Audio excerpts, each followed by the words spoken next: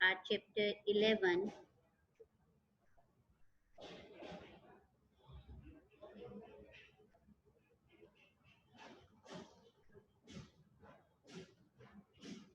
that is need for transport. हमें transport की जरूरत क्यों होती है? We need transport to move from one place to another. एक प्लेस से दूसरे प्लेस पर मूव करने के लिए हम ट्रांसपोर्ट यूज करते हैं. Okay, dear students, we have studied that transport are of four types. These are roadways, railways, airways and waterways. और क्या पढ़ा था हमने कि हम जो ट्रांसपोर्ट चूज करते हैं वो सेम नहीं होता. डिपेंड अपॉन द सिचुएशन कि हमें कितना डिस्टेंस कवर करना है और कितना हम उसके लिए कॉस्ट पे कर सकते हैं, and the type of goods to be transported, और किस तरह की चीजों को हमने ट्रांसपोर्ट करना है.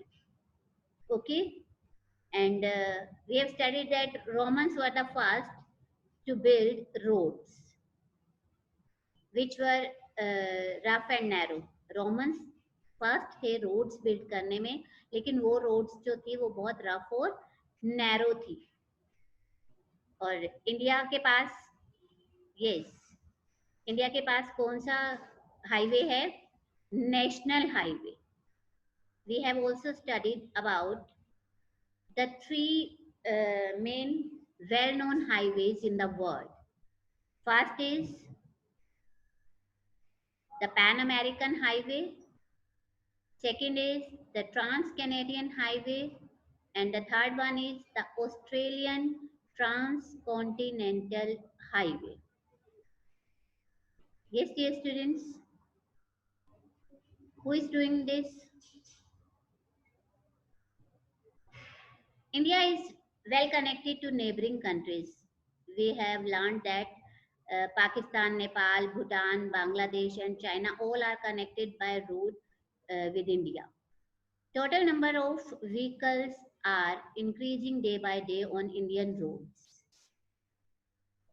Ansh, stop your video.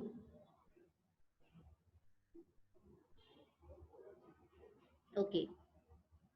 The smoke given out by these vehicles is causing pollution. जो ये बढ़ते जा रहे हैं डे बाय डे व्हीकल्स हमारे इंडियन रोड्स पे, उससे क्या हो रहा है? पोल्यूशन बढ़ता जा रहा है. जबकि काफ़ी कंट्रीज कोशिश कर रही हैं कि इसे कैसे रोका जाए, उसके लिए सिंसियर एफर्ट्स कर रही हैं, बट हम सबको एफर्ट्स करने पड़ेंगे तभी हम इसे कम कर पाएंगे. Otherwise this is very harmful for all of us. Okay, dear students. Okay, today I am going to start with railways. Students, be alert and active. Okay, like yesterday I have asked you questions in the end of the meeting. Today I will follow the same process. Okay, now start with railways. Railways an important means of land transport. Railway जो है वो एक बहुत important mean है land transport का. Land पे ही चलती है वो. Are useful for carrying heavy and bulky goods to long distances. ये बहुत यूजफुल है एक जगह से दूसरी जगह पर काफी हैवी लोड्स या बल्कि गुड्स मीन काफी क्वांटिटी में इकट्ठे जब हमें चीजों को एक जगह से दूसरी जगह पर कैरी करना होता है, मूव कराना होता है, तो हमें रेलवेज जो है उसके लिए बहुत इंपॉर्टेंट मीन है. The actual development of railways in the world began with the invention of steam engine and the spread of industries. जो एक्चुअल डेवलपमेंट हुई है जो रेलवे में, उसकी शुरुआत कहाँ से हुई थी? स्टीम इंजन के इन्वेंशन से. और स्टीम इंजन को इन्वेंट किसने किया था? जेम्स वॉट ने. And the spread of industries, और इंडस्ट्रीज जो इंडिया में स्प्रेड हैं, मतलब काफी बिग सिटीज में बहुत सारी इंडस्ट्रीज हैं, उन सबको आपस में कनेक्ट करने के लिए रेलवेज डेवलप किए गए. इस सिस्टम को डेवलप किया गया. Europe and North America have a very dense network of railways. Europe और नॉर्थ अमेरिका में डेंस नेटवर्क मीन बहुत गहरा, बहुत बड़ा जाल सा बिछा हुआ है रेलवेज का। मीन वहां पर रेल ट्रांसपोर्ट बहुत ज्यादा यूज होता है। Most of the railway trains are now pulled by diesel or electric locomotives. Khushi, stop your video, beta.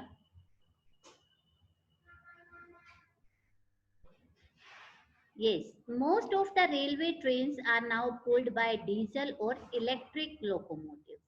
ज्यादातर जो ट्रेन्स हैं अब उन्हें पुल किया जाता है, चलाया जाता है। क्या चीजें यूज की जाती हैं उसके लिए? डीजल या फिर वो बिजली से चलने वाली, लाइट से चलने वाली ट्रेन से। The USA has the largest railway network in the world. USA में सबसे बड़ा रेलवे नेटवर्क है वर्ल्ड में। मींस वहां पर रेलवे सिस्टम, ये वाला ट्रांसपोर्ट सिस्टम जो है वो सबसे ज्यादा यूज होता है।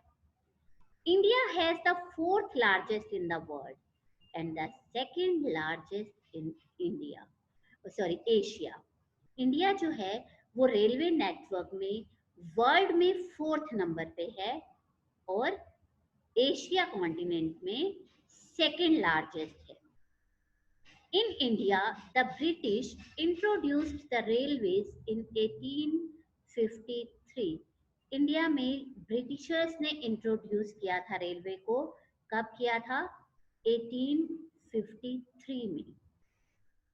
The first railway ran between Mumbai and Thane for a distance of about 30 kilometre.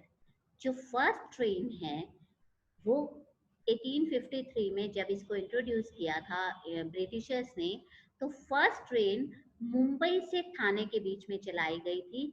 और मुंबई से थाने के बीच का ये जो डिस्टेंस था वो कितना था? 30 kilometre. Today, all the state capitals, big cities, industrial and trade centers, seaports, etc., are connected by an efficient network of railways.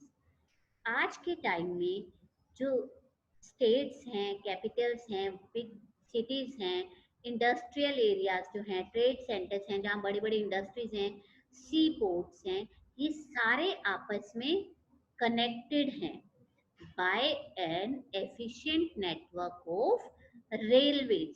Railway ने इन सब एरियाज को आपस में कनेक्ट कर दिया है। मीन आपको एक स्टेट से दूसरी स्टेट में जाना है, एक सिटी से दूसरी सिटी में जाना है, तो आप रेलवे सिस्टम को यूज कर सकते हैं, रेलवे ट्रांसपोर्ट को यूज कर सकते हो।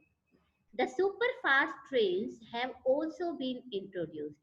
और आज के टाइम में सुपर फास्ट ट्रेन जिनकी स्पीड बहुत ज्यादा है उन्हें भी इंट्रोड्यूस किया गया है। In some countries of the world की कुछ कंट्रीज में the railways connect the cities on the east coast with those on the west coast. In some countries of the world की कुछ कंट्रीज में जो रेलवे है connect the cities on the east coast पे जो cities हैं उन्हें waste coast की सिटीज के साथ कनेक्ट करता है। मींस वहां पर रेलवे जो नेटवर्क है वो काफी अच्छे लेवल पर है। These are called transcontinental railways. जो रेलवे ईस्ट कोस्ट की सिटीज को वेस्ट कोस्ट की सिटीज के साथ कनेक्ट करता है उसे क्या बोलते हैं? Transcontinental railways. Most of these routes are in USA, Canada and Australia. Most of these routes, ये जो routes हैं वो हैं आर इन यूएसए में है, कनाडा में है। इस तरह के ट्रांस कॉन्टिनेंटल रेलवेज जो हैं वो ज्यादातर कौन सी कंट्रीज में है? USA, Canada and Australia. Next is the Trans-Siberian Railway running between St. Petersburg and Vladivostok is the longest rail route in the world. Trans Siberian railway जो कहाँ से कहाँ तक रन करता है, सेंट पीटर्सबर्ग जो यूरोप में है, कहाँ वहां से लेकर व्लादिवोस्टॉक तक जो एशिया में है। ये जो है सबसे लंबा रेल रूट है पूरे वर्ल्ड में। Okay, the longest route in the world, rail route. Okay, keep in mind the longest rail route in the world is the Trans-Siberian Railway. It is more than 8,000 kilometre long. ये trans Siberian जो root है, इसका railway है, इसका distance कितना है, ये 8,000 kilometre लंबा है। Yes, next is the Grand Orient Express. The Grand Orient Express runs between Paris and Istanbul. जो ग्रैंड ओरिएंट एक्सप्रेस है वो पेरिस और इस्तांबुल के बीच में है। Some countries such as Japan, France, Germany, China, etc. have students don't do these things on the screen. Who is doing this? Erase from the screen, otherwise you are not allowed to attend the class. Be sincere towards study, students. Some countries such as Japan, France, Germany, China, etc. have developed trains running at a speed of about 400 km per hour. Students, बहुत सारी countries में जैसे Japan, France, Germany, China, यहाँ पर have develop train, ऐसी इन्होंने trains develop कर ली हैं। यहाँ पर ऐसी ट्रेन सब चलाई जाती हैं जिनकी स्पीड लगभग near about 400 kilometre per our है। मतलब वो 1 घंटे में कितना डिस्टेंस कवर करती हैं? 400 kilometre. These are called bullet trains. वो ट्रेन्स जो 1 घंटे में लगभग 400 किलोमीटर का डिस्टेंस कवर करती हैं, उन्हें हम क्या बोलते हैं? Bullet trains. The underground railway system in some big cities is called the metro railway system. Underground railway system जो है बिग सिटीज में, काफी बड़ी बड़ी सिटीज में, दिल्ली में भी है, कोलकाता में है, चेन्नई में, अंडरग्राउंड जो रेलवे सिस्टम है उसे हम क्या बोलते हैं? Metro railway system. That's all about railways. Students, next we will move towards our next topic, airways. Today, traveling by air is the fastest and most expensive means of transport in the world. आज के time में travelling by air travel करना सबसे fastest means सबसे तेज और the most expensive means of transport in the world. सबसे ज्यादा expensive है, महंगा है। एयरवेज क्या है, इसका प्लस पॉइंट क्या है? This is the fastest means of transport. और नेगेटिव क्या है? इट इज मोस्ट एक्सपेंसिव, बहुत महंगा है, हर कोई इसे अफोर्ड नहीं कर सकता। The human beings have always been interested in flying in the air like a bird. Human beings को हमेशा से इंटरेस्ट रहा है कि वो एक बर्ड की तरह फ्लाई करे एयर में। Anand, stop your video. The first attempt to develop an aeroplane was made by the Wright brothers of America. First attempt जो एरोप्लेन का था उसे किसने किया था? राइट ब्रदर्स ऑफ अमेरिका, 2 भाई थे, इन्होंने इसकी शुरुआत की एरोप्लेन की।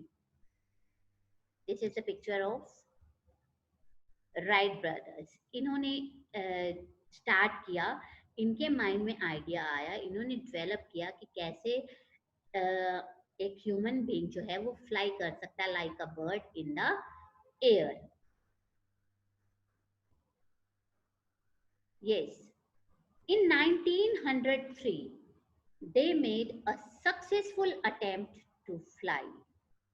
1903 में उन्होंने एक सक्सेसफुल अटेम्प्ट किया एयर में उड़ने का.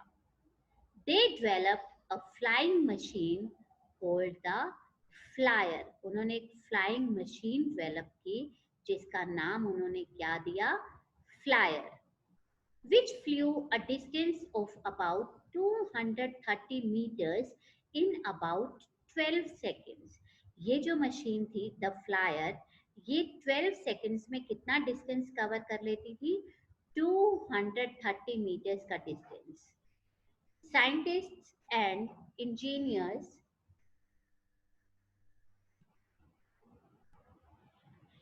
Scientists and engineers made many changes in the original aeroplane to cover long distances in less time. Wright brothers ने इन्वेंशन की, उन्होंने 1903 में एक सक्सेसफुल अटेम्प्ट दिया. जो मशीन उन्होंने बनाई उसका नाम उन्होंने रखा द फ्लायर, जो कितना डिस्टेंस कवर करती थी, अबाउट 230 मीटर्स इन 12 सेकेंड्स. लेकिन इसके बाद जो साइंटिस्ट आए, जो इंजीनियर आए, उन्होंने इस ओरिजिनल एरोप्लेन में जो राइट ब्रदर्स ने बनाया था, इसमें कुछ और चेंजेस किए, कुछ इम्प्रूवमेंट करने की कोशिश की to cover long distances in less time, ताकि कम टाइम में ज्यादा डिस्टेंस कवर किया जा सके. Nowadays, the modern aircraft fly at a height of about 10 km above the sea level and the speed can reach up to about 1000 km per hour. उन्होंने जो इसमें चेंजेस किए, उसके बाद जो मॉडर्न एयरक्राफ्ट फ्लाई जो डेवलप किए गए, वो 10 किलोमीटर सी लेवल से 10 किलोमीटर की हाइट पे फ्लाई करते थे, और the speed can reach up to about, और उनकी स्पीड अब कितनी हो गई है, 1000 किलोमीटर पर आवर.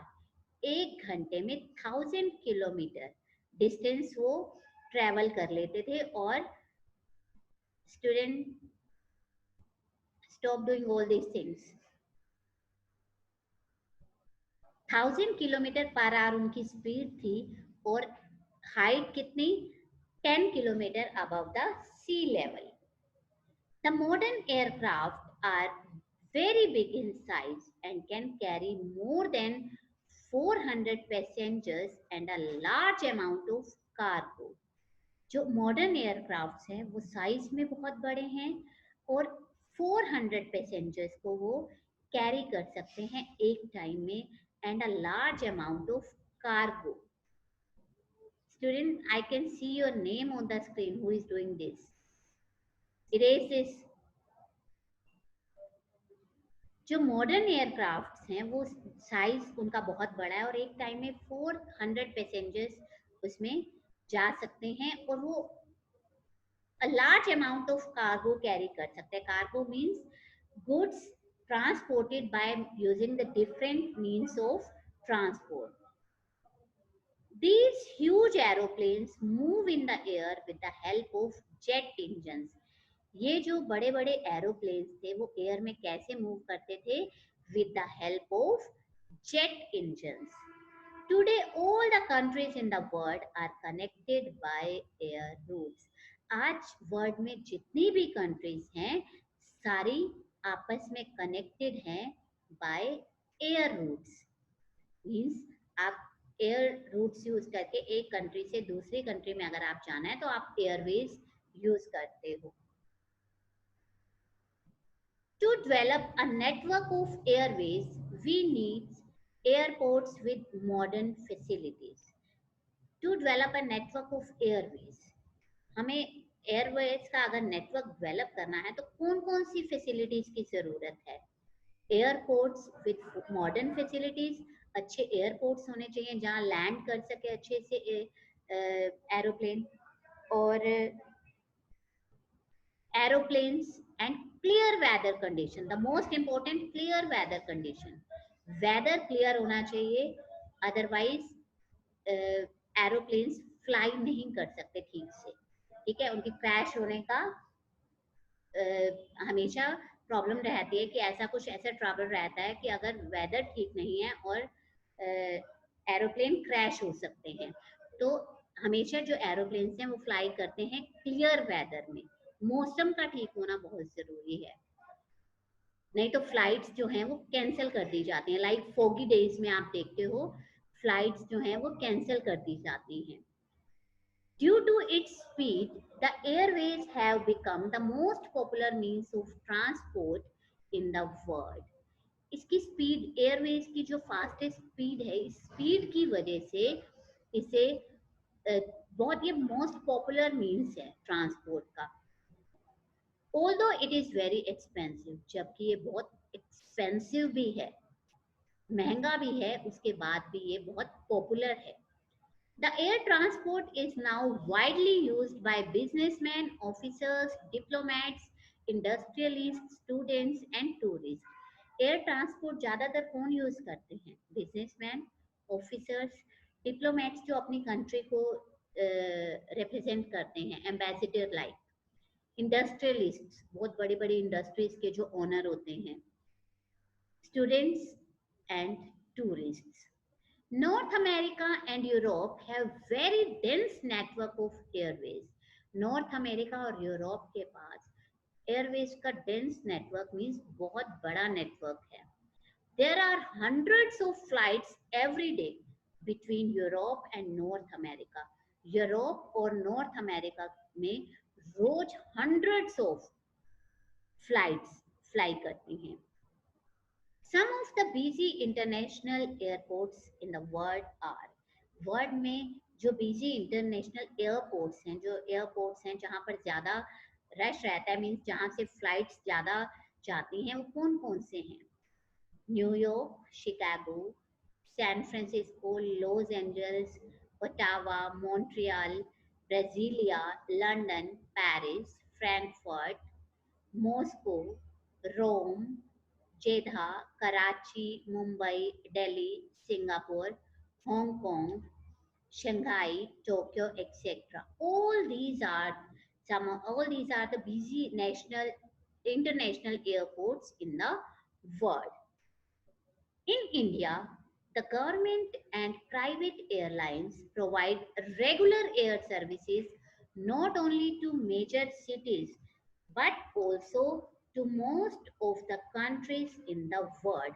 इंडिया में the government and the private airlines, जो गवर्नमेंट के अंडर हैं और जो प्राइवेट एयरलाइंस हैं, provide regular air service not only to the major cities. ये सर्विस प्रोवाइड करते हैं, मीन यहाँ से फ्लाइट्स जाती हैं ना सिर्फ बड़ी बड़ी सिटीज में but also to the most of the countries, different countries जो वर्ल्ड की हैं वहाँ भी यहाँ से फ्लाइट्स जाती हैं। मीन इंडिया से अगर आप किसी और कंट्री में जाना चाहते हो तो आपको फ्लाइट इजीली मिल सकती है। India has more than 100 civil airports for domestic and international movements. India के पास 100 से ज्यादा सिविल एयरपोर्ट्स हैं जो डोमेस्टिक मीन अपनी ही कंट्री में एक स्टेट से दूसरी स्टेट में आपने जाना है और इंटरनेशनल मूवमेंट्स के लिए यूज कर सकते हो। Find out the names of some of them with the help of your atlas. Students, this is your home task. You have to find out at least 10 civil airports. Okay? You can take the help of net also. Okay? Tomorrow I will ask from you. Next is checkpoint. Students, we will do this in the end of the class. Next is waterways. The water transport is the cheapest means of transport for heavy goods over long distances. Expensive means of transport कौन सा था? Airways. और cheapest means of transport कौन सा है? Heavy जो heavy goods को एक जगह से दूसरी जगह पर ले जाने के लिए यूज किया जाता है, that is water transport. Early humans used rafts and boats for thousands of years. आपको मैंने कल बताया था व्हाट इज राफ्ट। बड़ी बड़ी वुड की लोग जो है उन्हें टाई किया जाता है आपस में और वो फ्लोट करती हैं वाटर के ऊपर। एंड द बोट्स, उस राफ्ट के बाद उन्हें बोट्स का आइडिया आया और इन चीजों को अर्ली ह्यूमंस ने थाउजेंड्स ऑफ इयर्स तक यूज किया। Later on, the steam engine helped in the making of large-sized boats, now called ships. इसके बाद स्टीम इंजन की इन्वेंशन हुई और बड़ी बड़ी बोट्स बनाई गई जिसमें स्टीम इंजन यूज किया जाता था, जिन्हें हम क्या बोलते हैं, ships. The ships can carry a large number of people and heavy cargo to far off places and at a faster rate. Ships में काफी लोगों को एक टाइम में एक प्लेस से दूसरे प्लेस पर लेकर जाया जा सकता है and heavy cargo, heavy goods को अगर ट्रांसपोर्ट करना है and at a faster rate, speed से एक प्लेस से दूसरी प्लेस पर, फार ऑफ प्लेसेस, जो प्लेसेस काफी दूर हैं, डिस्टेंट हैं, उन प्लेसेस पर लेकर जाया जा सकता है। Nowadays, the ships are run by steam or diesel engines. आज के टाइम में जो शिप्स हैं वो क्या है, डीजल इंजन और स्टीम इंजन से चलती हैं। The big steamers are used to carry people and goods in rivers and lakes.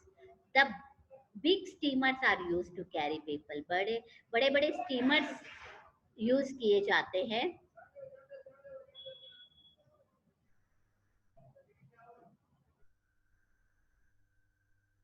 बड़े बड़े स्टीमर्स को यूज किया जाता है पीपल को कैरी करने में और बड़े बड़े गुड्स को, चीजों को कैरी करने के लिए। The low cost of water transport helps in the transportation of food grains from one continent to another. Water transport जो है वो उसकी कॉस्ट जो है लो है, जैसा कि हमने पढ़ा कि चीपेस्ट मीन है ट्रांसपोर्ट का। ये यूज किया जाता है फूड ग्रेन्स को ट्रांसपोर्ट करने के लिए, even from one continent to another, एक कॉन्टिनेंट से दूसरे कॉन्टिनेंट में ट्रांसपोर्ट किया जाता है। It also helps in the development of trade in the agricultural raw material and minerals and fuel resources, क्योंकि ये चीप है इसलिए ये इसे ज्यादा यूज किया जाता है। इन द डेवलपमेंट ऑफ, ये ट्रेड सेंटर्स में, एग्रीकल्चर में रॉ मटेरियल को एक प्लेस से दूसरे प्लेस पर लेकर जाया जाता है, मिनरल्स को, इन सब चीजों में वाटर ट्रांसपोर्ट का बहुत इंपॉर्टेंट रोल है। The waterways are cheaper as they require no roads or railways. Only a port is needed. Water transport जो है वो cheaper क्यों है? क्यों ये सस्ता है? क्योंकि इसके लिए किसी भी रोड की जरूरत नहीं है। रोडवेज के लिए पक्की रोड्स बनानी पड़ती हैं, रेलवेज के लिए ट्रैक बनाने पड़ते हैं, पर इसके लिए ऐसा कुछ भी नहीं चाहिए, सिर्फ एक पोर्ट जरूरी होता है जहाँ से इसे भेज शिप्स एक जगह से दूसरी जगह पर जाती हैं। लाइक जैसे बस स्टैंड होता है, रेलवे स्टेशन होता है, वैसे ही शिप्स के लिए पोर्ट होता है। Special types of ships were developed to carry dairy products, vegetables, fruits, mineral oils, mineral ores, etc. Special type की शिप्स डेवलप की गई जिसमें डेयरी प्रोडक्ट्स यूज किए जाते थे, दूध से बनी चीजें, vegetables, fruits, mineral oil, mineral ores, ये सब। The refrigerated ships were developed for transporting perishable goods over long distances. ये शिप्स किस लिए स्पेशल डिजाइन की गई? क्योंकि कुछ ऐसी चीजें जो जल्दी खराब हो सकती हैं उन्हें कम टाइम में लॉन्ग डिस्टेंसेस पे पहुंचाना है, तो ये जो शिप्स हैं ये रेफ्रिजरेटेड शिप्स थी, इनमें सामान खराब नहीं होता था। Today the busiest sea route in the world is between Western Europe and eastern North America. आज के टाइम में सबसे बिजी सी रूट कौन सा है? Between the western Europe and eastern North America. It is the North Atlantic sea route, इसे North Atlantic sea route भी कहते हैं। The coastline of India is about 6,000 kilometer long. Coast line means जो coastal areas जो है उसकी boundary line जो है वो इंडिया की कितनी है? Near about 6,000 kilometre long. The major sea ports of India are, sea ports कौन कौन से? Are connected to all the continents in the world. India के जो मेजर जो कोस्ट है वो कोस्टल एरियाज हैं वो डिफरेंट कॉन्टिनेंट से कनेक्ट हैं by the waterways. The construction of the Suez Canal and the Panama Canal has reduced the sea route between Asian, European and American countries.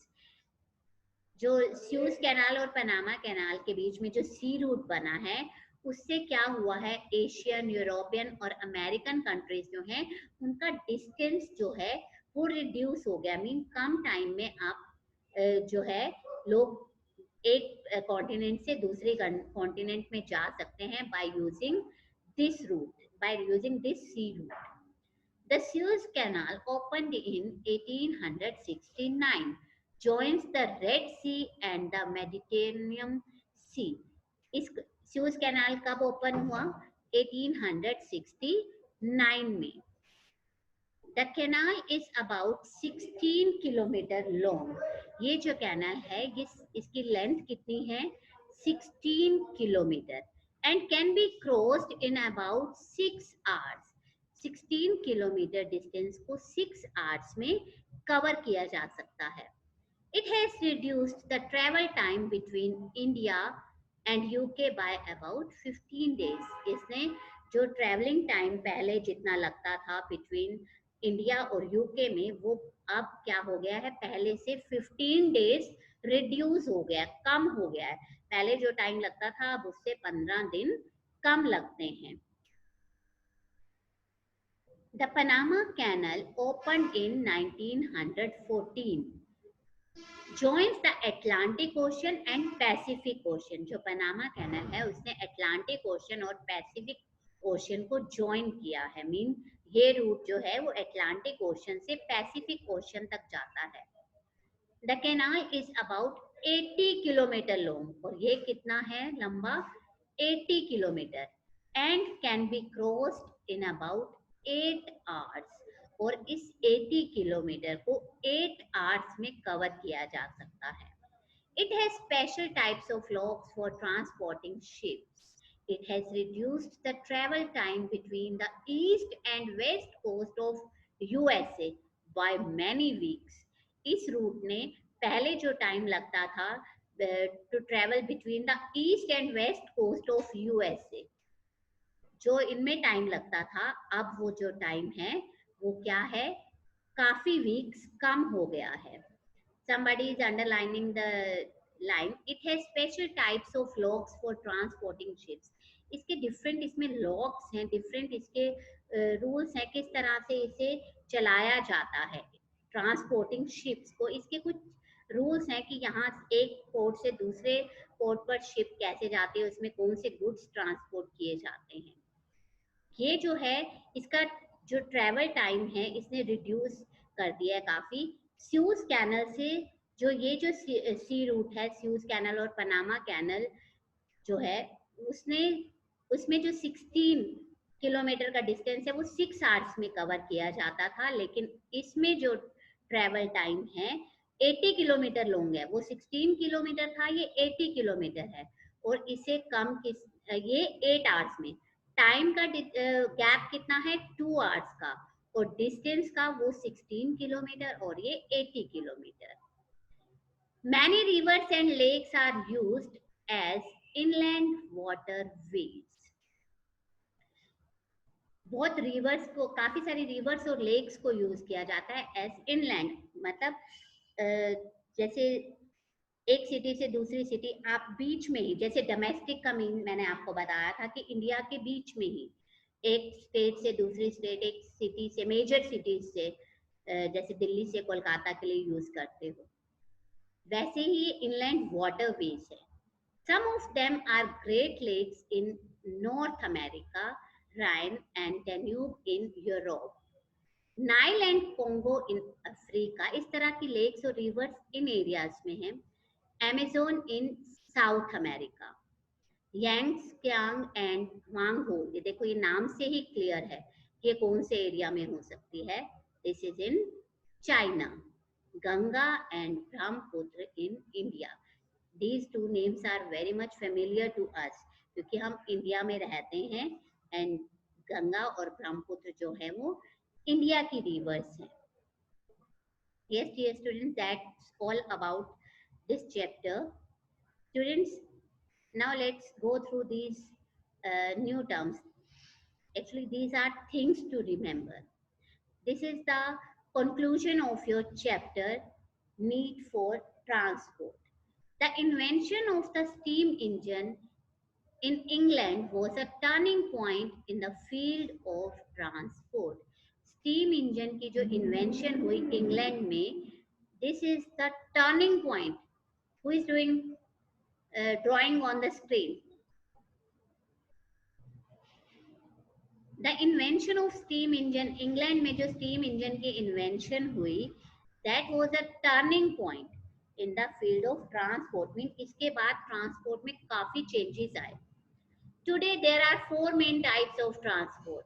कौन कौन से हैं वो? Roadways, railways, airways and waterways. These are four different types of transport. Europe and North America have a very dense मतलब घना, dense network of fast moving railways in the world. Europe और north America में rail